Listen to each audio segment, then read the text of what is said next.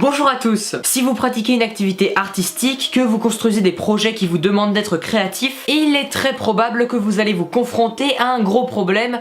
Vous n'avez pas d'inspiration. Alors ça arrive à tout le monde, même aux plus grands auteurs. Comme par exemple Agatha Christie qui pensait après avoir écrit un roman qu'elle ne pourrait plus jamais écrire quelque chose de bien, qu'elle était arrivée au bout de sa créativité. Eh bien c'est faux, c'est totalement faux. Notre imagination n'a aucune limite. La créativité est un muscle et comme n'importe quel muscle, il faut l'entraîner pour s'améliorer. Dans cette vidéo, je vous donne quelques astuces hyper utiles pour trouver l'inspiration. Que ce soit pour des œuvres d'art, des vidéos, pour n'importe quel type de projet. Car la créativité est souvent plus nécessaire qu'on ne l'imagine. Tout d'abord, soyez curieux. Il faut s'intéresser à plein de choses, être curieux, se cultiver. L'imagination, c'est comme un jardin. Il faut qu'on plante des graines très diverses pour avoir une grande gamme de couleurs et de plantes. Mais parfois, les graines prennent du temps à germer. On peut très bien apprendre quelque chose qui ne nous servira que 10 ans plus tard. Comme par exemple avec Steve Jobs. Dans son discours à Stanford, qui est un très bon discours que je vous conseille, il avait dit qu'il avait appris la calligraphie et que ça ne lui avait servi que 10 ans plus tard quand il a voulu créer les typographies des premiers Mac. Soyez curieux, cultivez-vous, aucun enseignement n'est inutile. Un point très important, il faut savoir capter les idées. Et pour ça, il faut prendre des notes tout le temps. Alors je sais que je vous rabâche tout le temps avec ça, mais c'est hyper important. C'est pas compliqué d'avoir plein d'idées. Des idées, on en a tous les jours, et il faut prendre l'habitude de les noter quelque part dès qu'il y en a une qui nous vient en tête. Plus vous consacrez du temps aux idées, à votre inspiration,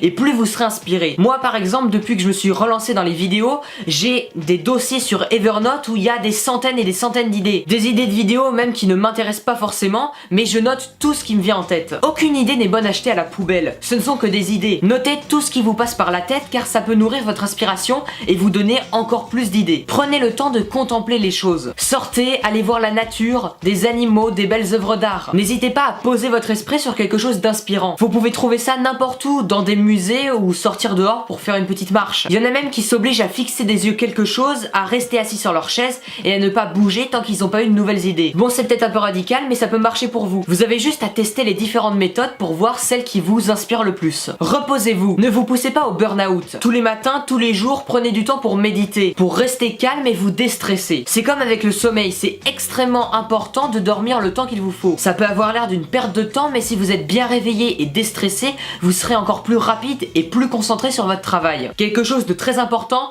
sortez de votre zone de confort. Quand vous vous êtes créé des habitudes et une routine de travail, il est très intéressant de changer d'air pour vous inspirer encore plus. N'hésitez pas à changer d'environnement, aller travailler dans un café, sur un banc dans un parc, ou même changer de place votre espace de travail. Moi ce qui m'a servi pour travailler par exemple, c'était d'acheter un deuxième bureau, une table que j'ai mis à côté de mon autre bureau qui est là, et que j'ai l'habitude d'encombrer. C'est très important de changer d'environnement. Mettez-vous des contraintes. Même si vous devez méditer et vous déstresser, les contraintes sont une très bonne chose pour vous pousser à être plus créatif. Mettez-vous des deadlines, des échéances pour rendre votre travail à temps. Je crois que c'est Kian Kojandi qui disait que tout naissait d'une deadline. Si vous ne vous mettez pas une limite temporelle, vous allez procrastiner et vous ne vous lancerez jamais dans votre travail. N'hésitez pas à vous mettre des contraintes, à vous retirer des libertés. Par exemple, pour du dessin, essayez de dessiner avec un seul outil. Pour une vidéo, vous pouvez très bien la tourner dehors. Vous apprendrez encore plus en diversifiant vos travaux et vous tomberez sur des obstacles qui vous pousseront à être créatif. Par exemple, lors du tournage d'Indiana Jones, il y a Harrison Ford qui est tombé malade et il devait combattre un épéiste dans un pays du Moyen-Orient et ils ont dû raccourcir la scène car l'acteur ne se sentait pas capable de tout tourner. Et bien ça a donné une scène rapide, drôle, qui est devenue culte. Donc n'hésitez pas à vous donner des contraintes, à changer d'environnement, de format et d'outils. Ne soyez pas perfectionniste, aucune œuvre n'est parfaite et ça ne vous sera que bénéfique. Un autre conseil, levez-vous motivé et allez vous coucher en étant satisfait. Pour ça, créez-vous une routine matinale, par exemple un Miracle Morning. Donnez-vous un petit rituel d'inspiration avec de la méditation,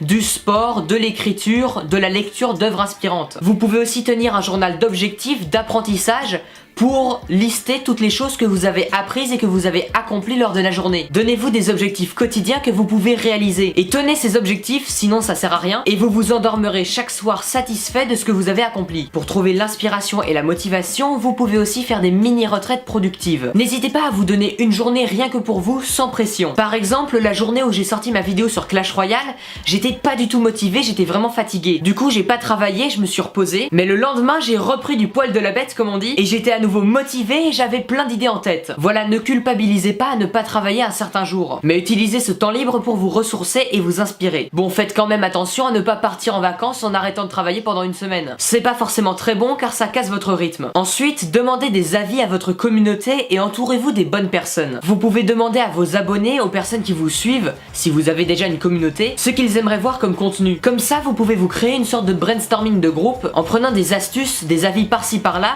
qui vont nourrir votre imagination et vous donner encore plus d'idées. Vous pouvez aussi vous entourer de personnes inspirantes, des gens travailleurs qui ont les mêmes intérêts que vous. C'est vraiment quelque chose de génial de partager votre travail et de rencontrer des gens qui font les mêmes activités que vous. Un conseil très utile, il faut chercher l'amour. Chercher l'amour, c'est un concept qui avait été développé par Amélie Menu, une youtubeuse que je vous conseille de regarder et qui dans une vidéo parlait de son processus d'inspiration. Et en fait, le chercher l'amour, ça consiste à regarder du contenu inspirant. Pour vous motiver et vous lancer dans le travail, n'hésitez pas à lire des livres, à regarder des vidéos de personnes inspirantes comme Casey Neistat, Antoine BM ou des conférences de TEDx. Si la créativité est un muscle, alors ça c'est l'échauffement. Ça vous permet à la fois de vous motiver et de vous éduquer. Vous pouvez vous améliorer dans le domaine que vous voulez. Ces vidéos, ces blogs, ces livres inspirants vont être comme les protéines qui vont nourrir votre imagination. Ce qu'explique Amélie dans sa vidéo, c'est que pour créer, il faut avoir de bons sentiments. Selon elle, il ne faut pas avoir de pression négative, de colère, même si c'est une émotion qui pousse à la productivité. Il faut créer avec amour. Avoir une motivation par la passion, parce que vous aimez ce que vous faites. Et dernier conseil de cette vidéo, pour trouver l'inspiration, il faut trouver le temps. Il faut trouver le moment où vous ne voulez pas lâcher votre travail, où vous êtes motivé à travailler à fond, à écrire d'une traite. Quand vous avez la passion, l'envie de communiquer, de partager votre travail. Et des fois, l'inspiration ne vient pas. Et ça arrive à tout le monde d'avoir le syndrome de la page blanche. Vous devez vous entraîner et apprendre tous les jours dans les domaines qui vous intéressent. Et vous devez trouver le moment où les idées fusent dans votre tête et où vous avez la motivation pour donner le meilleur de vous-même. Voilà, cette vidéo est terminée, j'espère que mes conseils vous ont été utiles. Si la vidéo vous a plu, partagez-la, c'est gratuit et ça me fait vraiment plaisir et ça permet de faire découvrir ces conseils au plus grand nombre. N'hésitez pas à liker la vidéo et à la commenter pour me donner votre avis et me partager les sujets que vous voulez que j'aborde. N'hésitez pas à liker la page Facebook Geekave et à me suivre sur Twitter pour avoir plein d'infos sur les prochains projets. Et n'oubliez pas de vous abonner et de cliquer sur la petite cloche pour être informé de la sortie des prochaines vidéos. Voilà, merci de me suivre dans cette grande aventure, portez-vous bien, à demain pour une prochaine vidéo, ciao.